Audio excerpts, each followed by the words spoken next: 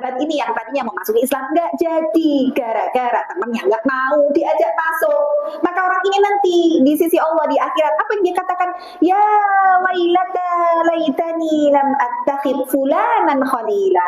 Celakalah aku. Coba dulu di dunia aku tidak menjadikan orang ini sebagai teman akrabku. Loh, ternyata penyesalan kita terbesar di antaranya salah milih teman, Bu. Makanya kalau sudah usia segini gitu ya, sebenarnya sih kalau saya melihat saya sendiri lah, udah usia segini tuh pertemanan sudah mulai menyempit. Saya tidak lagi maksudnya nggak suka yang temenan banyak orang, punya grup ini, komunitas ini. Itu kalau udah usia seibu sudah nggak masanya, saya bilang. Sudah harus punya skala prioritas. Mana komunitas yang penting, mana grup WA yang isinya cuma ngomongin orang gitu ya. Wes ini di nef aja. Sudah ditinggalkan saja grup misalkan teman-teman SMP yang belum tersentuh hidayah terus isinya grup gosip. Wah, sudah lah, delete aja kayak gitu. Karena kita harus punya skala prioritas. Kalau kita kebanyakan komunitas, kebanyakan pergaulan, nanti kalau dalam ilmu tazkiyatun nafas itu bagian dari racun hati. Karena racun hati kan ada 4, banyak memandang, banyak bergaul, banyak makan, banyak bicara. Jadi kebanyakan pergaulan itu juga meracuni hati kita, Bu. Nah, kenapa kok ulama akhirnya mengatakan sudah usia di atas 40 tahun, salah satu doanya adalah wa aslih li fi dzurriyyati. Perbaikilah anak keturunanku, perbaiki kualitas intensitas dengan keluarga. Kenapa begitu? Karena saya cuma sampaikan, ibu mau punya teman komunitas sebanyak apapun dan sedekat apapun sama teman ibu, saat kita meninggal dunia, yang paling setia ngedoain kita cuma 3 orang. Saya bilang cuma 3 orang. Siapa itu? 1 pasangan hidup, 2 orang tua, 3 anak-anak, dan itu Pak. Ini yang bakalan ibu bisa dijadikan gondelan buat amal jariah, doanya nembus langit. Kalau mereka solehah. Tapi maaf ya, hari ini kita kebanyakan teman intensitas dengan keluarga jadi berkurang. Padahal ini saya ngambil sebuah pembelajaran dari kematiannya Allahyarham Ustaz Arifin Badres. Saat beliau meninggal, saya kemudian takziah ngikut sholat di Masjid Munirah itu dengan khusus jamaah akhwat, dan itu banyak sekali dari jamaah beliau juga hadir menyolatkan. Nah itu jelas-jelas Bu, pada saat beliau dimandikan masuk ke dalam masjid, jenazah itu di depan kita semua dan akan disolatkan. Nah itu loh jamaah pengajian samping saya udah ngomong, ini kan selesai nyolatkan jam 10, yo bariki awak dhewe nyoto yo. Soto lebih kayak lo, soto veteran kayak kebak banget ini neng kono. Yo wes yuk pindah wae neng tenda biru yo. Sambal goreng, nah gudeg sambal goreng. Saya tuh cuma batin dalam hati, ya Allah, ini loh mayit jenazah di depan mata. Ustate sih satu. Tapi maaf Bu, mau sedekat apapun kita sama teman, kita meninggal, orang ngomonginnya sudah dunia, nggak lagi mikirin kita. Itu aja ustaz besar, apalagi kita yang bukan siapa-siapanya. Yakin, yang hari ini kita gondali dari pertemanan, konco senam, konco PKK, konco arisan, yakin tuh saat kita nggak ada mereka setia ngedoain kita. Saya nggak yakin. Paling cuma sekedar ketika wajah kita ada di grup nge-share foto, ya Allah, iya ya ibu ini sudah nggak ada, Allahumma firlah, wis paling ngono tok. Habis itu ya sudah kehidupan masing-masing gitu. Terus kalau ibu hari ini nggak deket sama keluarga, nggak mendidik keluarga anak-anak kita jadi anak-anak yang solih-solihan, terus yang mau ibu gondeli buat doanya nembus langit jadi amal jariah itu siapa? Nah makanya ini yang harus jadi pembelajaran kita sih. Ya boleh silakan. Mungkin ibu-ibu ketika hari ini, dulu nggak pernah kemana-mana, zaman masih punya suami, nggak bisa ini, anak masih kecil-kecil, sekarang mumpung wis pensiun, wis renek sing diurusi, aku tak melaku-laku, monggo silakan. Tapi tetap punya skala prioritas. Ya, ini prolog saja ya. Tapi insya Allah nanti di pembahasan yang lain ya tentang bagaimana usia di atas 40 tahun itu, kenapa kok 40 yang disebutkan dalam Al-Quran secara jelas, kenapa kok enggak usia yang lain. Nah, nanti rahasia dari 40 itu banyak. Karena ternyata usia 40 itu jadi patokan, jadi apa ya? Jadi sebuah sinyal kalau kita punya kebiasaan, dan kebiasaan itu baik kebiasaan baik atau kebiasaan buruk dan tidak berhenti di usia 40, itu akan jadi watak dan karakter yang dibawa sampai mati. Maka jangan heran ibu kalau hari ini enek wong tuwek kok senengannya joget-joget. Ada orang yang sudah sepuh dandane jek moblong-moblong, itu bukan baru aja Bu. Itu orang dari muda sudah begitu, 40 tahun nggak berhenti. Ya udah itu karakter sampai dengan mati kayak begitu. Nah, jadi kalau udah di atas atas usia 40, ibu belum punya kebiasaan amal soleh, karena seseorang akan diwafatkan sesuai dengan kebiasaannya, dan ibu belum punya kebiasaan itu, paksain, saya bilang. Harus memaksakan diri untuk melakukan amal soleh yang meskipun kita berat rasanya. Entah itu, karena pintu surga nanti ada 8-8-nya itu nanti dibangun dengan amal soleh. Ibu cari kira-kira potensi amal yang Allah kasih ke kita yang gampang untuk kita lakukan itu apa. Karena Allah nggak minta kita banyak, Bu. Allah mintanya yang terbaik. Jadi pastikan kita pun sholat-sholat terbaik, sedekah-sedekah terbaik gitu ya. Jadi nanti kita ini sama Allah dikasih potensi amal masing-masing yang bisa jadi setiap orang beda-beda. Orang kaya potensi amalnya ya sedekah. Mungkin orang miskin potensi amalnya puasa gitu ya. Kalau perempuan kata ulama potensi amalnya zikir. Kenapa? Paling gampang perempuan tuh zikir. Kenapa gitu? Karena perempuan sama laki-laki Allah ciptakan dengan struktur yang berbeda. Kalau laki-laki itu kan sehari harus hanya mengeluarkan antara 5.000 sampai 7.000 kata per hari. Tapi perempuan minimal 20.000 kata. Minimal itu. Maka akhirnya kalau 20.000 ini ibu belum keluarin sehari. Wow, kok ngomongnya rantai. Lihat status WA komen, kan gitu ya. Lihat berita di TV komen. Nah, bahkan komentar-komentar itu akhirnya membuat lisan kita jadi terjerumus, terperosok. Oh, bahkan pemerintah saiki ki koyo ngono janten gitu ya. Atau misalkan tadi ada lihat teman kita posting foto, wah itu tempat baru ya, bagus, di mana? Waduh, aku ya pengen ke sana. Misalkan gitu. Makanya potensi amal wanita tuh dikir untuk menyalurkan yang 20.000 itu. Biar isinya adalah kebaikan. Ya udah, ibu dikir aja. Maka ketika kita naik motor ya, daripada sibuk komentarin orang yang kayak sopo, lambine jabon, kudungnya kuning, saya ijo, orang nyambung misalkan ya. Kadang batin kayak gitu, akhirnya jadi dosa. Ya timbangnya gitu, astagfirullah, astagfirullah, astagfirullah ya. Sambil masak, Allahumma sholli ala Muhammad, sambil nyapu, pikir mudah untuk dilakukan oleh wanita. Nah, jadi cari ibu potensi amalnya apa, rutinkan di situ, konsistenkan di situ, maka nanti Allah akan wafatkan kita sesuai dengan kebiasaan. Tapi kalau belum punya kebiasaan, maka dipaksakan dulu, memaksakan diri. Treatment selanjutnya kalau sudah memaksakan diri akan jadi sebuah kebiasaan. Dari kebiasaan lama-lama akan menjadi sebuah kenikmatan. Dari kenikmatan akan menjadi sebuah kebutuhan, gitu ya. Jadi posisi kita hari ini di mana? Yang masih memaksakan diri, ya nggak apa-apa, jalani aja. Saya bilang bahwa nggak apa-apa hari ini kita terpaksa sholat malam, terpaksa sedekah, nggak apa-apa, kita lebih baik dipaksa tapi masuk surga daripada rela hati tapi masuk neraka, kan gitu ya. Nah, jadi nggak apa-apa hari ini masih terpaksa, karena nanti Allah itu melihat membalas pahala kita itu bukan berdasarkan niat kita di awal, tapi sesuai dengan niat kita di akhir. Yang bisa jadi niat kita di awal salah, bisa jadi terpaksa, tapi berjalannya waktu kita sadar, berjalannya waktu kita ngerti, oh ya Allah, kalau ternyata aku nggak ikhlas tuh malah sia-sia.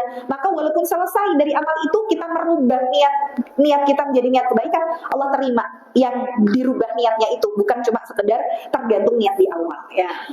Maka sekali lagi bersyukur sama Allah, kondisi apapun hari ini, yang lagi sakit ya, dijadikan sebagai sarana penggugur dosa. Yang dikasih nikmat sehat, jadikan sehatnya sebagai sarana syukur buat masuk ke surganya juga lebih gampang. Yang hari ini sedang berjuang dengan ujian masing-masing, nggak perlu melihat kepada kehidupan orang enak ya jadi kue, nggak perlu kita melihat kehidupan orang lain lebih nyaman daripada kita.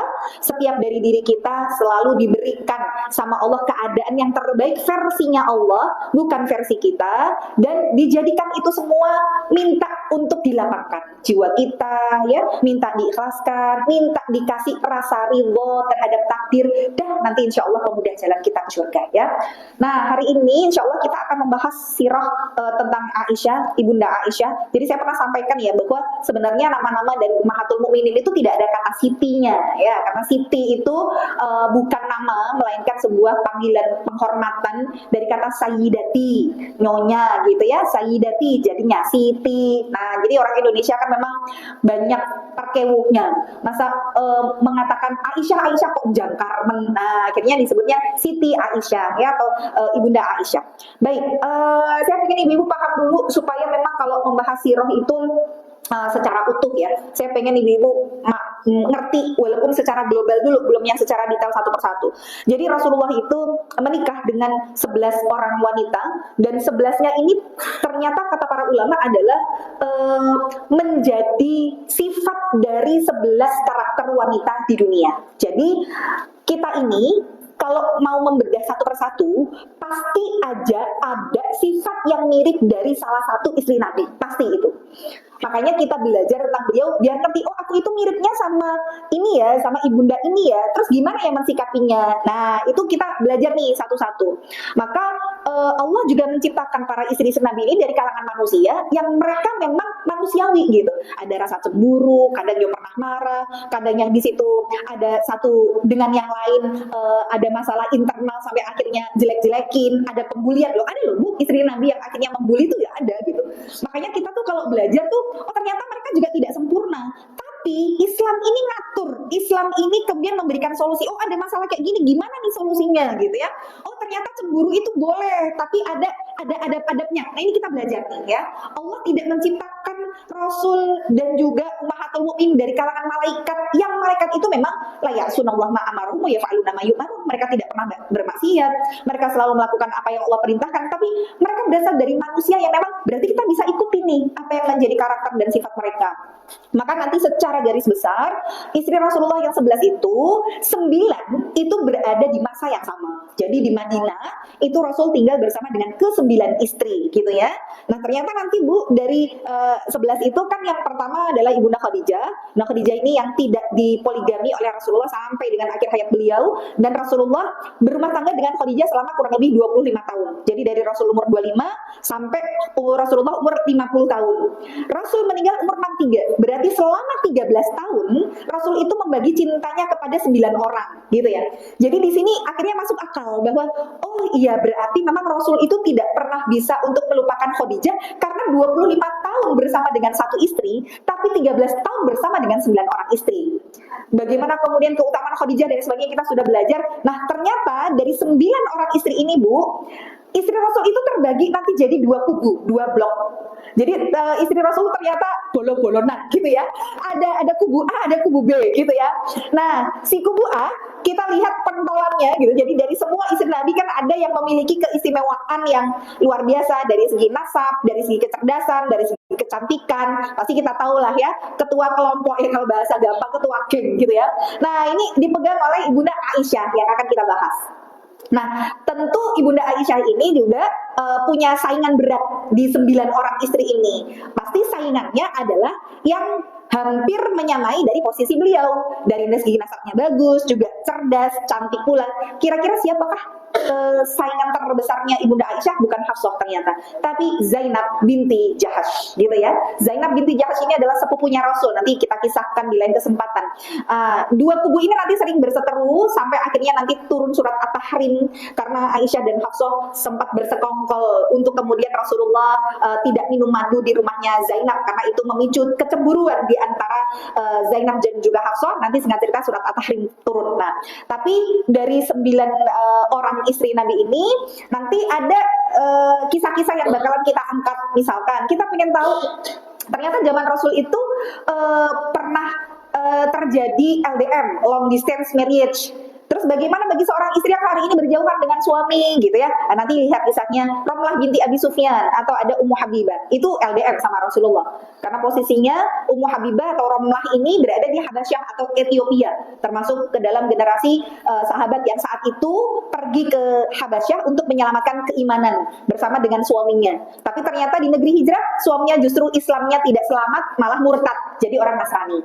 Maka Ummu Habibah nanti seorang diri melahirkan anak bernama Habibah, mendengar Rasulullah kabar tersebut, maka Rasul nanti menikahi Ummu Habibah dengan perwakilan dari Raja Najasyi. Nah, ini nanti ada di dalam Islam ternyata nikah itu nggak harus ketemu. Rasul itu ternyata pernah menikah dengan diwakili. Jadi kalau sekarang nikah pakai video call boleh nggak gitu ya? Nikah misalkan pakai Zoom atau diwakili sama tetangganya boleh, tapi diwakili nikahnya aja. Di yang lainnya nggak boleh diwakili gitu ya. Oh, nanti malam pertama diwakilkan nggak boleh gitu ya. Nah, jadi ada pernikahan seperti itu. Kemudian nanti juga ada pernikahan istri Rasulullah yang saya melihatnya cukup kesian gitu ya, karena dia sendirian, karena berbeda dengan yang lain. Satu-satunya istri Nabi yang berasal dari keturunan Yahudi itu adalah Sofiyah binti Huyai. Nah, yang lain kan Arab gitu ya. Ada Maria Kiptia Mesir gitu. Cuman dia tidak disebut sebagai istri Nabi nanti karena budak yang dihadiahi sama Raja Mesir. Kemudian budak itu boleh diperjualbelikan, boleh diapa-apakan, punya anak Ibrahim. Nah, dengan kelahiran Ibrahim Ibrahim, akhirnya Maria terangkat statusnya dari hamba saya jadi merdeka, baru setelah jadi hamba yang merdeka dinikahi oleh Rasul. Nah, Sofia contoh, Sofia binti Huyai, bahwa Sofia ini keturunan Yahudi gitu ya, dan sering banget dibully sama istri yang lain, termasuk sama Zainab ketika Sofia saat itu mau pergi tapi nggak ada unta karena untanya sakit. Rasul bilang, Zainab, kamu kan punya beberapa unta, pinjamkan satu untuk Sofia. Hah, aku pinjamin buat Sofia ya Rasul? Ini nggak mau, gadis Yahudi itu. Jadi dibully tuh nggak mau. Akhirnya Hafsah pun juga dasar wanita Yahudi, gitu. Jadi diolong Yahudi gitu ya. Pernah Rasul sakit, Sofia bersedih sampai akhirnya mengatakan, ya Rasulullah, kau sakit, tapi bisa aku lakukan ya Rasul. Istri yang lain itu bilang, Allah cari muka, Allah apa, biar ini Rasul. Ternyata kayak gitu terjadi, Bu. Sampai Rasulullah tuh menegur istri-istri. Kalian tahu nggak, apa yang diucapkan Sofia itu benar-benar keluar dari lubuk hatinya, bukan cuma sekedar cari muka, bukan cuma sekedar caper, bukan gitu. Akhirnya sampai Sofia nanti nangis gitu ya, ya Rasulullah, istri-istrimu yang lain mengatakan aku wanita Yahudi, aku dikatakan, kalau Aisyah tuh mengatakan tuh wanita pendek, jadi sampai body shaming gitu ya, wanita yang pendek itu gitu. Nangislah Sofia itu. Sampai Rasulullah kemudian mengatakan, wahai Sofia, kalau nanti istri-istriku yang lain mengatakan kau wanita Yahudi, bilang saja sama mereka, adakah di antara kalian yang keturunannya lebih mulia daripada aku? Ketahuilah, ayahku adalah seorang nabi. Karena Yahudi itu kan keturunannya Nabi Musa alaihissalam. Kemudian Nabi Musa sama Nabi Harun itu kakak beradik. Maka Rasul mengajarkan, nanti bilang sama mereka, adakah keturunan yang lebih mulia dari aku? Karena ayahku adalah seorang nabi, Nabi Musa alaihissalam, dan pamanku adalah seorang nabi, Nabi Harun alaihissalam, dan suamiku adalah seorang nabi, Nabi Muhammad sallallahu alaihi wasallam. Adakah keturunan kalian yang sama dengan aku?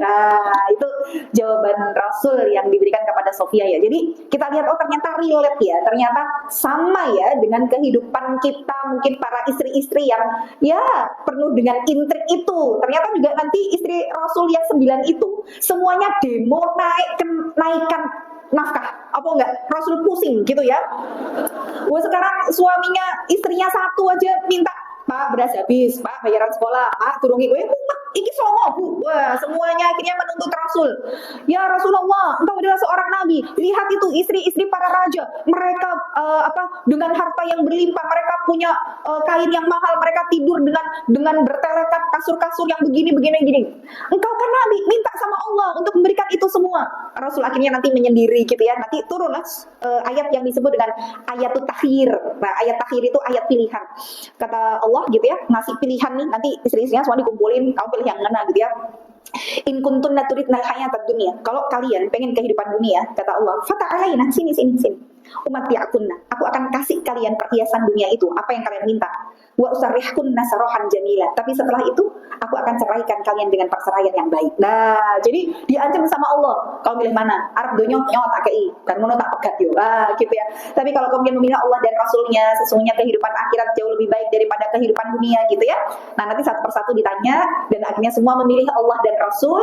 Maka, nah ini sebagai balasan untuk semuanya yang lebih memilih Allah dan Rasul daripada kehidupan dunia.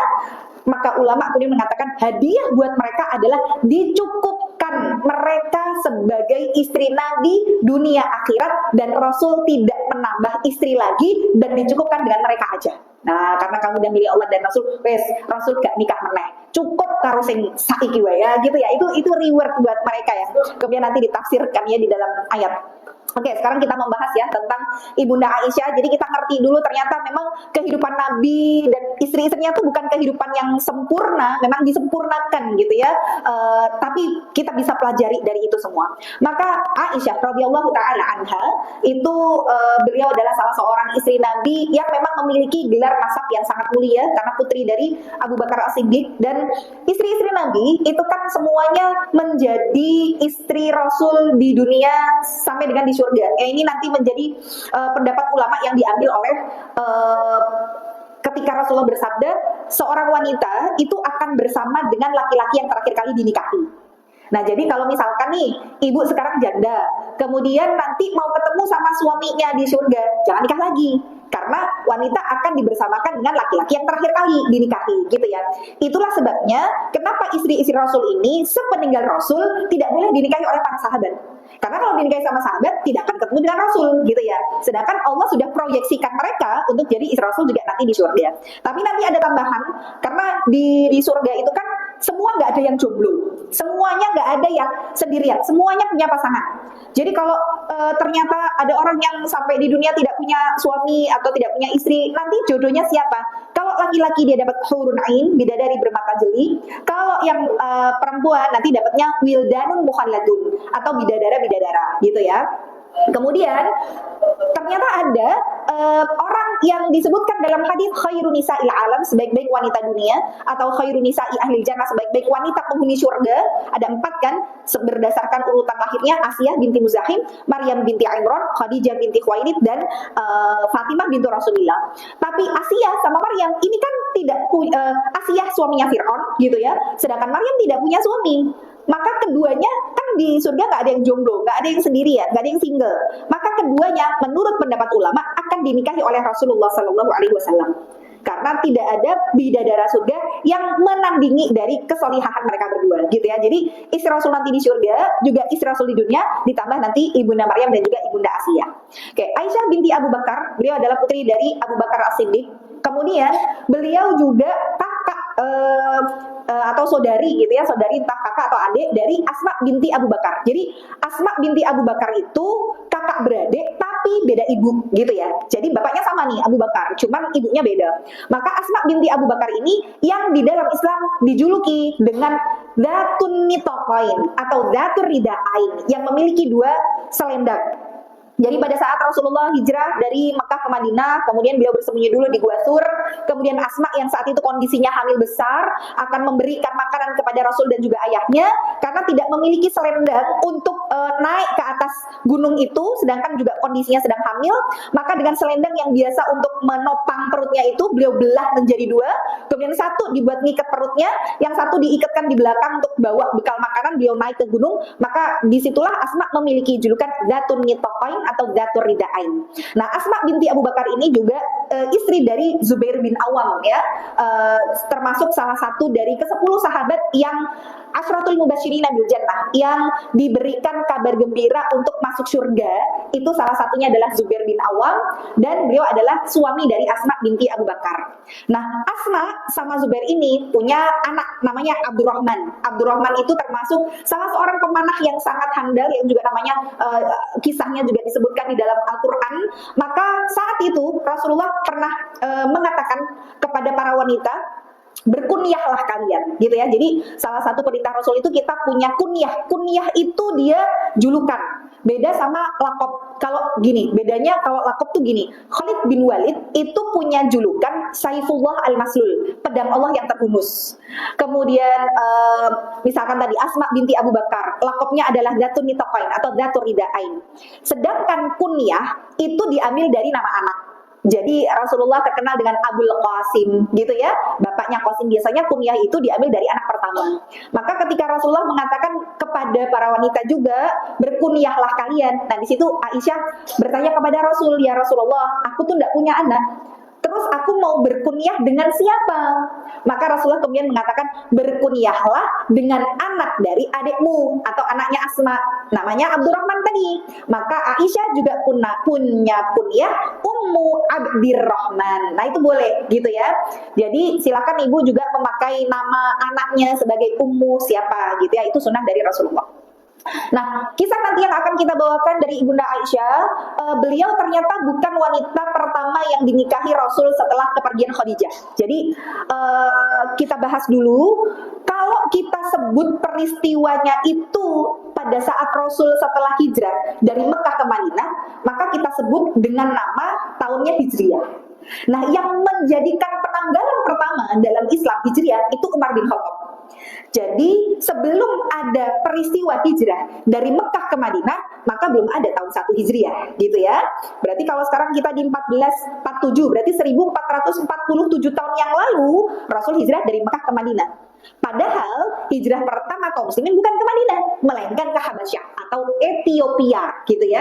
Nanti Rasul ternyata hijrah pertama juga bukan ke Madinah, tapi ke Taif. Yang di situ akhirnya Rasul dilempari batu. Nah, tapi peristiwa-peristiwa ini terjadi sebelum ke Madinah. Maka disebutnya bukan tahun Hijriah, tapi tahun kenabian. Nah, jadi nanti kita mengenal tahun ke-10 kenabian itu tahun berapa Hijriah? Belum ada Hijriah, karena memang belum hijrah, gitu ya. Nah, berarti Rasul itu bersama dengan Khadijah nggak ada peristiwa hijrah. Karena Rasul nggak sampai hijrah ke Madinah bersama dengan Khadijah, gitu ya. Maka Khadijah ini meninggal di tahun ke-10 kenabian. Ya, tahun 10 kenabian. Saat itu Khadijah usianya sudah 65 tahun. Yang beberapa bulan yang lalu kita bahas, tahun 10 kenabian disebut sebagai Amul Huzni, tahun kesedihan. Karena memang dalam tahun tersebut dua pembesarnya Rasul itu meninggal dalam jarak yang sangat berdekatan. Abu Thalib sebagai paman yang selama ini membela beliau itu meninggal di bulan Sya'ban, sedangkan Khadijah meninggal di bulan Ramadan. Jadi beda 1 bulan saja. Maka di dua masa itu, di tahun itu Rasul benar-benar kehilangan sosok yang luar biasa. Apalagi dua pembesar dan pembelanya sudah tidak ada, maka orang-orang kafir semakin mengintimidasi Rasul sampai akhirnya mengusir Rasul dari Mekah. Barulah proses hijrah ke Madinah. Nah, nanti proses hijrah ke Madinah yang membukakan jalan bagi beliau itu salah seorang sahabat namanya Mus'ab bin Umair. Nanti kapan-kapan saya ceritakan kisah Mus'ab bin Umair.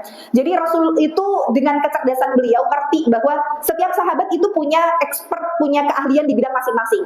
Makanya nggak semua sahabat disuruh untuk hijrah, semua sahabat disuruh jihad, enggak. Abu Hurairah pakarnya meriwayatkan hadis, Khalid bin Walid pakarnya strategi perang gitu ya, Abu Hudzaifah pakarnya berdakwah, termasuk Mus'ab bin Umair ini pakarnya juga dakwah. Maka Rasul nanti nyebar gitu ya. Ini dikirim ke sini, dikirim ke sini. Nah, Mus'ab bin Umair setelah pulang dari Habasyah dikirimlah sama Rasul untuk berdakwah kepada orang-orang Madinah. Ternyata di sana Mus'ab berhasil. Sampai akhirnya orang-orang Madinah sebagian besar masuk Islam di tangannya Mus'ab. Termasuk nanti pentolan, jadi mereka punya suku-suku gitu ya. Kepala sukunya tuh dipegang dulu sama Mus'ab. Kalau sudah kepala sukunya masuk Islam, nanti semua kabilahnya masuk Islam. Nah, nanti kalau belajar strategi dakwahnya Mus'ab bin Umair itu ternyata kalau kemudian kita praktekkan di sekarang tuh ternyata Masya Allah gitu. Contoh nih, Mus'ab bin Umar itu termasuk orang yang dari segi looking, dari segi penampilan itu good looking. Penampilannya itu bagus. Yo ganteng gitu ya. Yo kalau kemudian pakai baju ki yo matching gitu ya. Kemudian suaranya ki merdu. Kemudian tampangnya itu enak dilihat. Jadi sampai di dalam sirah itu disebutkan setiap telinga yang mendengar suaranya pasti akan jatuh hati, dan setiap mata yang memandangnya pasti ada rasa suka. Saking se-good looking itu, ternyata good looking itu punya pengaruh yang sangat besar di dunia dakwah gitu ya. Saya jadi melihat, oh ternyata ustadz-ustadz muda dibandingkan yang tua, banyak jamaahnya ustadz muda gitu ya, karena orang lihat, oh ustadz ini ganteng, oh ternyata menjadi daya tarik gitu ya. Nah, bahkan saking gantengnya Mus'ab itu, ketika dia berjalan, semua perempuan-perempuan tuh berdiri semua. Gara-gara apa? Pengen disapa sama Mus'ab. Nah, gitu. Jadi seganteng itu. Dan malaikat itu kalau sudah turun ke bumi, menyamar jadi manusia, yang paling sering dipinjem wajahnya Mus'ab, Bu. Karena seganteng. Nah, malaikat aja ternyata juga cari wajah yang ganteng buat diserupai ya. Nah, singkat cerita nanti Mus'ab yang membawa Islam untuk bisa diterima dengan baik di Madinah. Makanya ketika Rasul hijrah ke sana, semua orang yang ada di Madinah bersukacita menyambut kedatangan beliau sampai akhirnya dengan Al-Badru alaina itu ya. Nah, itu Masya Allah lah, amal jariah Mus'ab luar biasa. Nah, tapi di tahun ke-10 kenabian ini gitu ya, pada saat kondisinya Khadijah meninggal, Abu Thalib juga meninggal dunia, beliau sudah terusir. Posisinya Rasulullah itu punya 4 orang anak perempuan nih. Yang 2 ini sudah menikah. Jadi 4 orang anak perempuan Rasul kan ada Zainab, ada Ruqayyah, ada Ummu Kulthum, ada Fatimah. Nah, Zainab sama Ruqayyah ini sudah menikah. Zainab nikah sama Abul As. Ini kayaknya pernah saya spill ceritanya tentang kisah cinta abadi Zainab dan Abul As, karena keduanya terpisah gara-gara beda agama, tembok yang sangat tinggi gitu ya, tapi akhirnya bersama kembali. Kemudian Ummu Kulthum sama Ruqayyah tadinya dua-duanya dinikahi sama anaknya Abu Lahab, Utbah sama Utaibah. Tapi ketika Rasulullah diutus menjadi seorang Rasul yang akhirnya dengan dakwah secara terang-terangan, Abu Lahab akhirnya memerintahkan kepada anaknya untuk menceraikan dengan tercela. Jadi dihinakan gitu. Makanya nanti salah satu doanya Rasul, Utbah dan Utaibah itu dimakan sama serigala. Nah, nanti terjadi. Tapi akhirnya keduanya ini nanti menjadi istri dari Utsman bin Affan. Namun setelah kakaknya meninggal dunia baru menikahi adiknya. Makanya Utsman bin Affan punya julukan namanya Dunnurain, yang memiliki dua cahaya gitu ya, karena menikah dengan dua putri Rasul. Nah, menarik lagi nanti di kisahnya Hafsah binti Umar. Jadi dulu itu seorang ayah tuh sedih banget kalau anaknya itu jadi janda, sehingga yang mereka lakukan adalah kalau anaknya janda ditawarkan bukan ke anak koncone, neng koncone. Nah, jadi misalkan ini Umar punya anak Hafsah, saat itu umurnya sekitar 19 tahun, janda karena suaminya terbunuh. Kemudian bersedih, ya Allah, anakku kok janda. Bukan kok Abu Bakar punya anak laki enggak? Yo tak jodohke karo anakku. Enggak, Bu. Dijodohin karo koncone. Yo karo Abu Bakar gitu ya. Jadi dulu tuh kayak gitu, Bu. Jadi ditawarin ke temannya dulu, bukan ke ayo besanan, enggak besanan, Bu. Nah gitu ya. Jadi saat itu kemudian datang kepada kan Hafsah janda, datang kepada Abu Bakar, Abu Bakar, tolonglah anakku janda, tolonglah nikahi anakku gitu ya. Kata Abu Bakar, gimana ya, Bu, coba kamu ke Utsman. Utsman kan baru saja kehilangan istrinya, siapa tahu dia mau menikahi Hafsah. Sedih kok ya Abu Bakar nolak anakku gitu ya. Akhirnya datang nih ke Utsman, tolonglah anakku janda, kamu kan juga baru kehilangan istrimu, nikahilah putriku. Terus kata Utsman, maaf aku belum kepikiran untuk menikah, coba tawarin ke yang lain lagi gitu. Sedihlah, datang ke Rasul tuh curhat. Rasul, aku tuh loh nawarin anakku ke Abu Bakar ditolak, nawarin ke Utsman ditolak, ya, curhat doang. Disitulah akhirnya Rasul bilang, tenanglah wahai Umar, karena nanti Utsman akan mendapat yang lebih baik dari putrimu, dan putrimu akan mendapat yang lebih baik dari Utsman. Nah, itu kalimat Rasul. Ternyata Hafsah dinikahi sama Rasul gitu ya.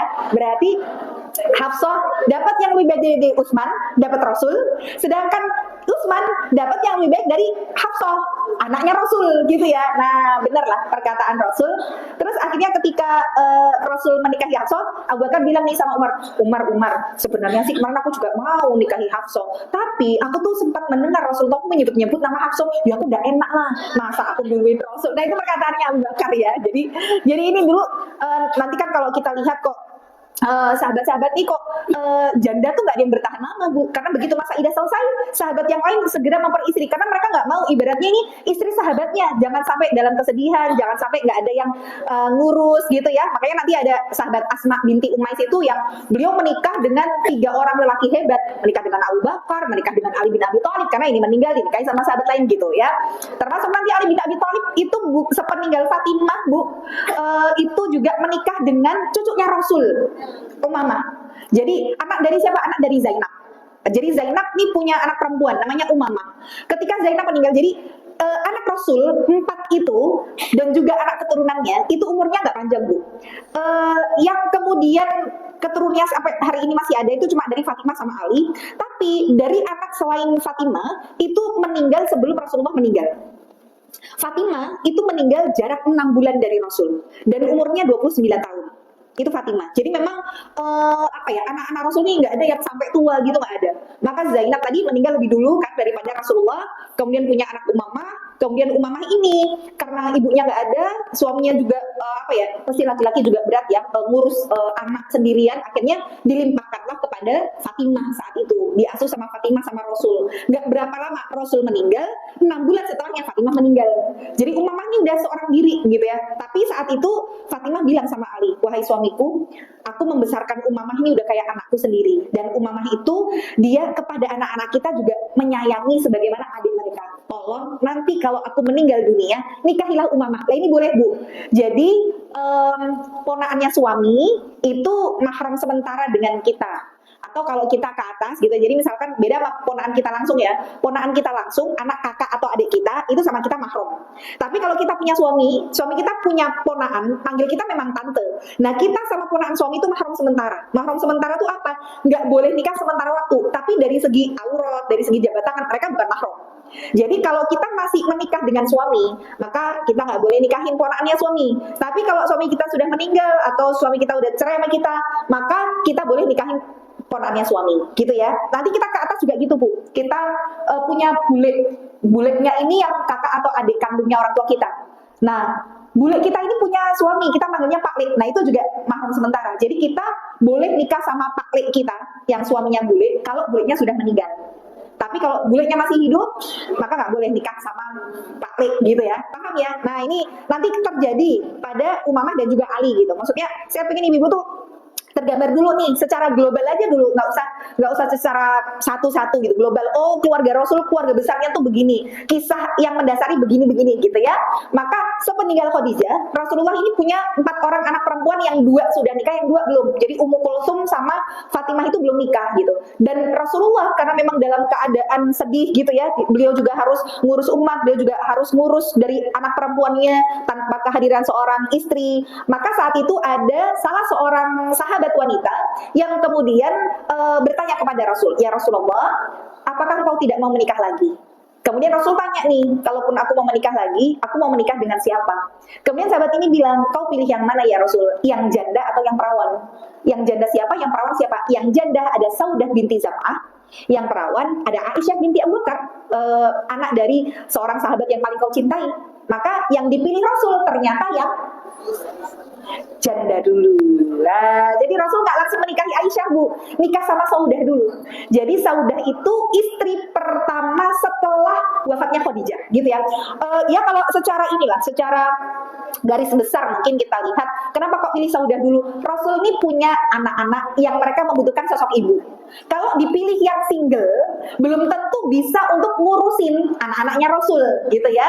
Maka dipilih yang janda. Nah, yang janda ini, Saudah ini, nanti kalau kisahnya ya secara singkat aja, beliau adalah seorang wanita yang janda, meninggal suaminya yang sama-sama ikut berhijrah ke Habasyah atau Ethiopia tadi, dan kondisi keluarga besar suami ini semuanya masih kafir, dan Saudah ini berada di lingkungan keluarga suami, sehingga Rasul pun menikahi Saudah untuk menyelamatkan keislamannya, karena dia memang benar-benar sendiri nih, nggak punya siapapun kecuali memang keluarga besar suaminya.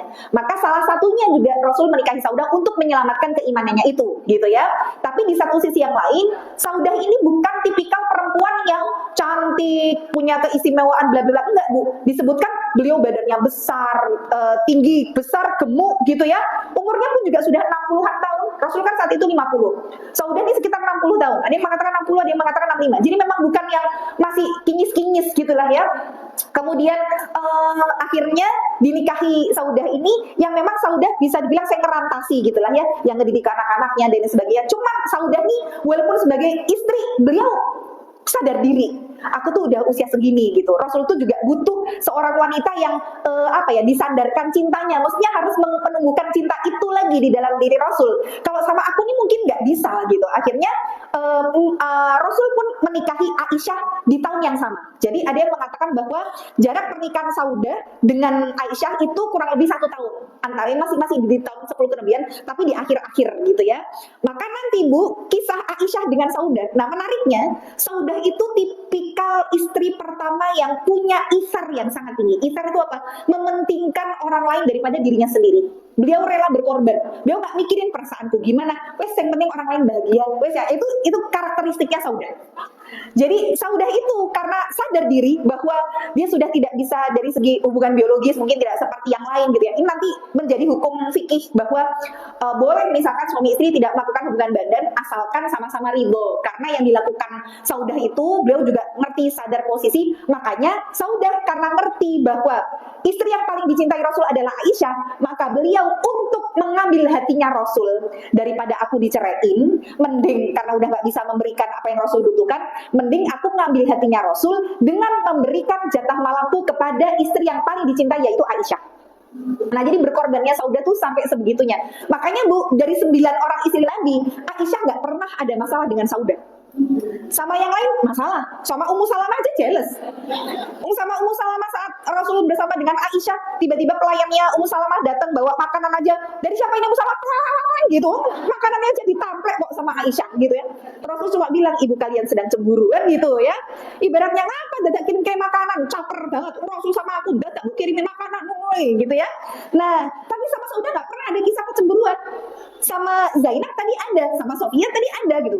Maimunah ada gitu. Cuman sama Saudah tuh nggak ada gitu. Bahkan Aisyah tuh mengatakan, aku tuh istri yang paling aku sayangi itu di antara yang lain tuh ya Saudah itu gitu. Karena ya jatah malamnya dikasihin Aisyah terus gitu ya. Nah, dan Aisyah itu dinikahi sama Rasul usia 6 tahun. 6 tahun nikahnya. Dan Aisyah dalam kondisi belum menstruasi. Makanya di dalam fikih itu tidak harus wanita menikah sudah akil balik, enggak.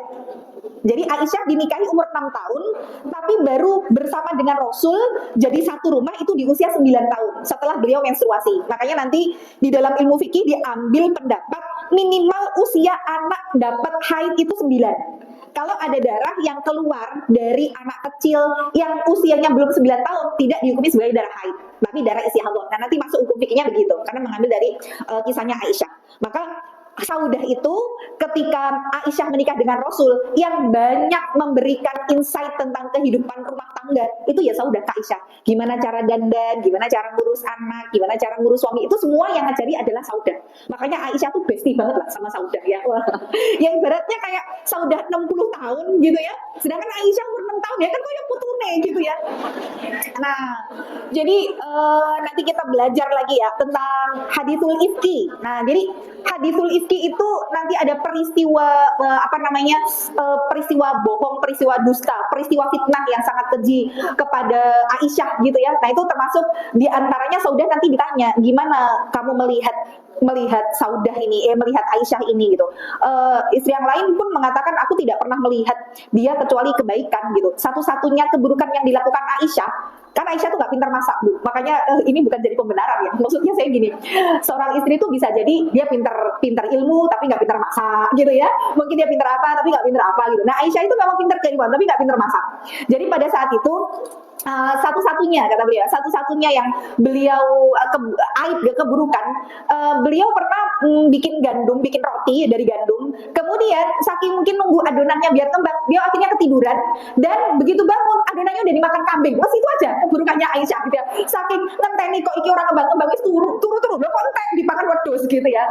Nah, jadi di peristiwa hadithul ifki nanti ya kita belajar bagaimana ternyata seistimewa itu Aisyah di hadapan Allah dan Rasul sampai turun 11 ayat, nggak main-main, di surat An-Nur 11 ayat yang menjelaskan tentang bersihnya diri Aisyah dari tuduhan zina. Nah, jadi kita belajar dulu dari awal ya, bahwa nasab beliau tadi putri dari Abu Bakar, sahabat yang paling dicintai. Jadi Rasul itu sama semua sahabatnya tuh dekat, sampai setiap sahabat itu selalu mengira bahwa dia yang paling spesial di hatinya Rasulullah.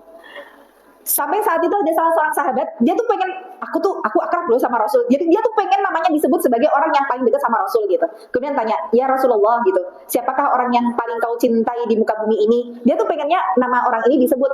Kemudian Rasul mengatakan Aisyah binti Abu Bakar. Bukan itu ya Rasul, dari kalangan laki-laki. Dari kalangan laki-laki, ayahnya, oh berarti Abu Bakar. Bukan itu ya Rasul. Setelah itu siapa? Setelah itu Umar bin Khattab. Loh, kok bukan aku? Setelah itu siapa? Nyebut nama yang lain. Akhirnya sahabat ini, wes aku gak arep takut meneh, kok dilorati aku ora disebut gitu ya. Jadi maksudnya Rasulullah itu ketika menjadi seorang ayah, seorang suami, seorang teman, itu benar-benar luar biasa gitu loh. Di hadapan musuhnya beliau akhlaknya mulia, di hadapan sahabat tuh sampai setiap orang tuh ngira beliau sahabat dekatnya itu gitu ya. Maka nasab beliau dari Abu Bakar itu menjadi sahabat yang paling Rasulullah cintai gitu ya. Kemudian tadi satu saudara, ibunya namanya Ummu Rumman binti Amir. Beliau juga sahabiah mulia yang juga banyak berkorban di dalam Islam. Kemudian saudaranya tadi Asma binti Abu Bakar, keponakannya adalah Abdurrahman, kemudian iparnya Zubair bin Awam. Jadi memang beliau nasabnya adalah nasab yang mulia. Kemudian dari segi pernikahan dengan Rasulullah, suatu hari Rasulullah itu bermimpi, kan mimpi seorang nabi adalah wahyu gitu ya. Maka Rasulullah saat itu bersabda, "Urituki fil manami maratain." Kata Rasulullah kepada Aisyah, "Aku tuh diperlihatkan dirimu dalam mimpi itu 2 kali. Idan rajul yahmiluki fi saraqah min harir." Jadi mimpinya itu datang seorang laki-laki, ada yang mengatakan malaikat gitu ya, membawa dirimu dalam kain sutra dan berkata, "Hadhihi imra'atuk." Ini adalah istrimu. Dibuka ternyata itu Aisyah. Jadi memang perintah untuk menikahi Aisyah itu memang sudah ada di dalam wahyu dan yang lewat mimpi. Makanya tuh nanti ini yang menjadi salah satu kebanggaan Aisyah di hadapan istri yang lain. Termasuk saya ceritakan dulu sedikit dari Zainab. Jadi Aisyah sama Zainab tadi kan blok-blokan ya, sama-sama nih pentolan gitu. Jadi mereka tuh saling membanggakan diri. Aisyah tuh bilang gini, kalian istri-istri Nabi yang lain, kalian semua kan dinikahi pada saat kondisi janda. Aku loh satu-satunya istri Nabi yang dinikahi dalam kondisi perawan. Nah, jadi ibaratnya kayak nggak ada yang bisa nyaingi aku gitu. Janda perawan sendiri gitu ya. Nah, si Zainab juga nggak mau kalah. Dia bilang, tapi aku dong satu-satunya istri Nabi yang perintah untuk menikahiku langsung turun dari langit ketujuh. Saksiku yang menikahkan aku langsung Allah. Saksiku adalah malaikat Jibril. Nah, jadi mereka tuh para istri Nabi tuh saling membanggakan diri gitu. Jadi memang ya sunatullah ya, fitrah lah seperti itu. Jadi pernikahan ini memang bukan semata pilihan manusia, tapi memang wahyu dan ketetapan Allah. Kemudian nanti juga kecintaan khusus Rasul kepada Aisyah ketika Rasul ditanya man ahabun nas ilaik, siapa orang yang paling kau cintai ya Rasul?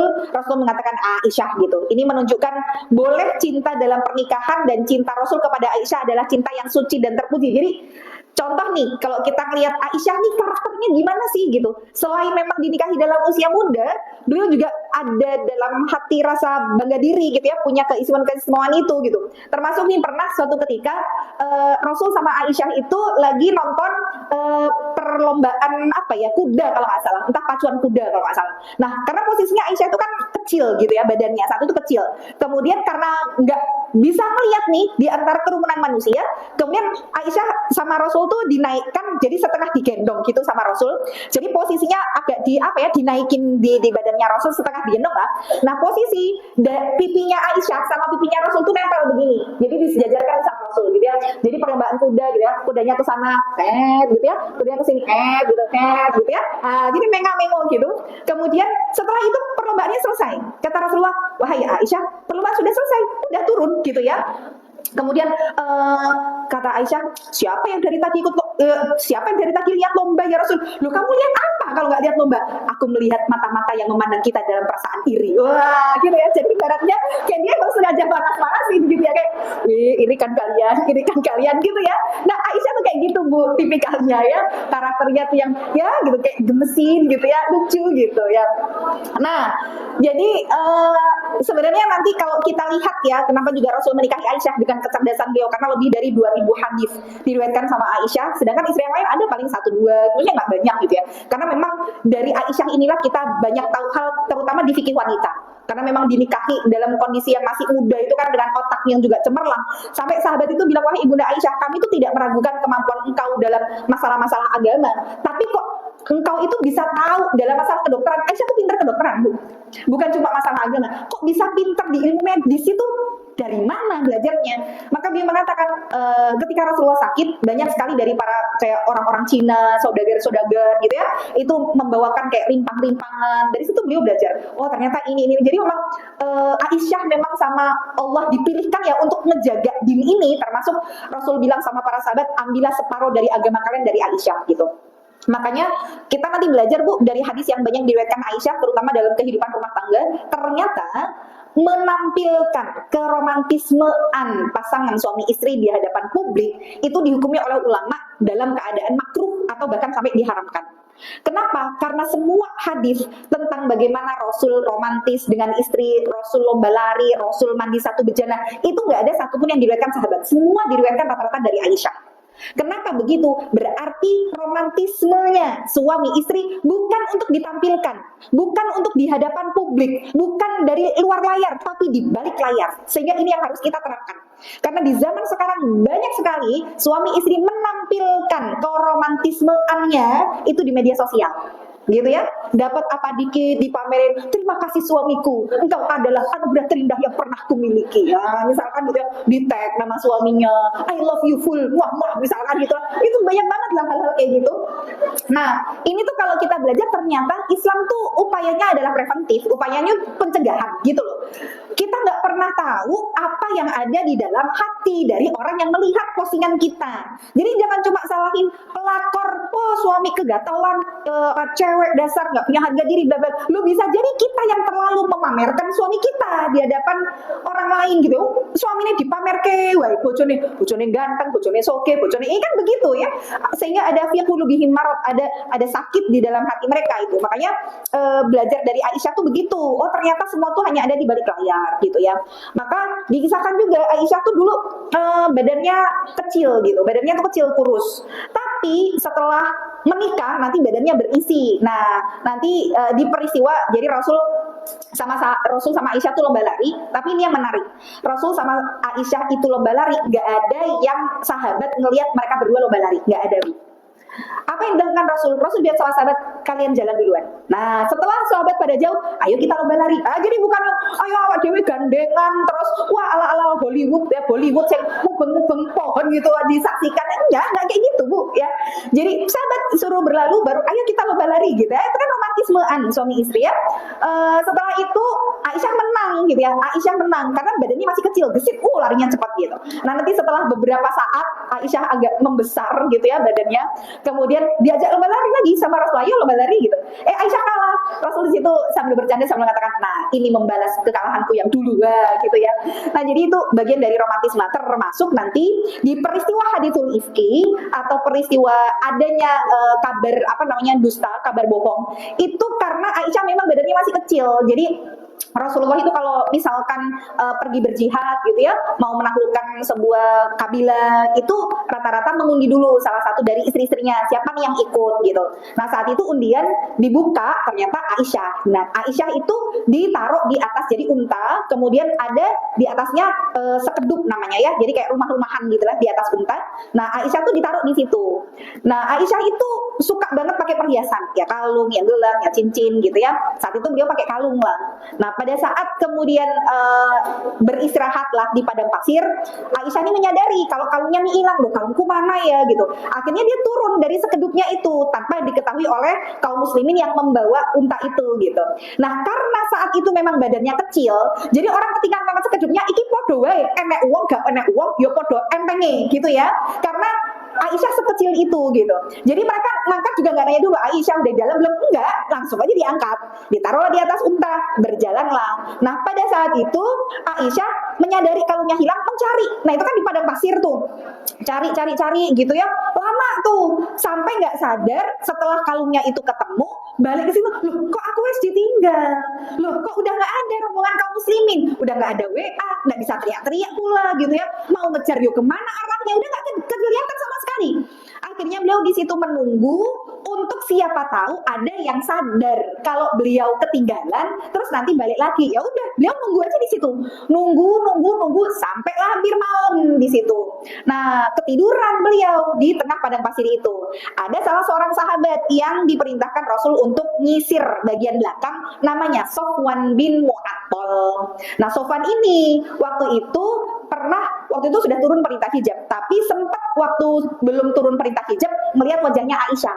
Nah, saat itu Aisyah kan ketiduran nih di padang pasir, posisi cadarnya tersingkap. Kemudian Sofwan di situ innalillahi wa inna ilaihi rajiun. Udah cuma sekedar kalimat itu doang kaget. Innalillahi wa inna ilaihi rajiun. Ibunda Aisyah, cuma gitu toh. Nah, Aisyah kaget dengar ada orang gitu ya, langsung ditutup lagi tanpa berbicara satu patah kata pun. Aisyah langsung naik ke atas unta, dituntunlah sama Sofwan menuju ke Madinah. Nah, di perjalanan ini tidak ada pembicaraan satu patah kata pun. Gak kayak ibu-ibu naik Grab, dari mana Pak? Nah, anaknya berapa? Oh, tadi udah narik kemana aja? Ibu tuh buat perjalanan gue tekan beteng gue yo ngobrol karo tukang Grab ya. Aisyah nih sama Sofwan sepanjang itu diem, nggak keluar, kok bisa ketinggalan? Tadi nyari apa? Oh ya Allah, lah yo untung yo, nggak gitu Bu. Wes menang gitu ya. Nah, sampai di Madinah itu sebenarnya keadaan siang bolong, bener-bener siang yang. Tapi akhirnya begitu sampai ada salah seorang tokoh munafik namanya Abdullah bin Ubay bin Salul. Inilah yang akhirnya menyebarkan berita dusta, gosip kalau Aisyah sama Sofwan selingkuh gitu ya. Nah, itu nanti peristiwanya sampai sekitar 1 bulan. Jadi Rasul itu mendiamkan Aisyah, juga tidak turun wahyu gitu ya. Aisyah pun juga sudah hampir diceraikan sama Rasul. Jadi rumah tangga Rasul tuh ya penuh dengan masalah juga gitu loh Bu. Jadi jangan terus Rasul aja ada masalah, masa kita mau memimpikan rumah tangga yang adem ayem gitu. Bahkan Hafsah aja sempat diceraikan sama Rasul, sempat bercerai. Walaupun pada akhirnya Allah bilang rujuklah Hafsah di annaha sawwamah wa qawwamah. Disebutkan dalam hadis karena Hafsah termasuk wanita yang gemar sholat malam dan juga gemar puasa, akhirnya dirujuk. Nah, jadi ini peristiwanya nanti banyak yang bisa kita ambil, termasuk nanti ada ayat yang turun berkaitan dengan bukan hanya dengan dengan Aisyah dari surat An-Nur 11 ayat itu, sampai juga ada ayat tentang kafaroh sumpah ataupun kafaroh itu denda ketika saat itu Abu Bakar pun mengucapkan sumpah gitu ya, karena saking marahnya, anyelnya, anaknya difitnah kayak gitu, ternyata yang ngefitnah dia malah ponaan yang selama ini hidupnya di cover sama Abu Bakar. Lah kok kowe iki urip we tak pakani gitu ya. Jadi ada ponakannya Abu Bakar namanya Mistah gitu, Mistah bin Usasa. Mistah ini setiap hari yang mengcover nafkah itu Abu Bakar. Ya dikasih makan, dikasih tempat tinggal, dikasih ini biaya hidupnya dari Abu Bakar. Lah kok ternyata ketahuan dia yang menyebarkan berita anaknya selingkuh. Apa anyel coba Abu Bakar?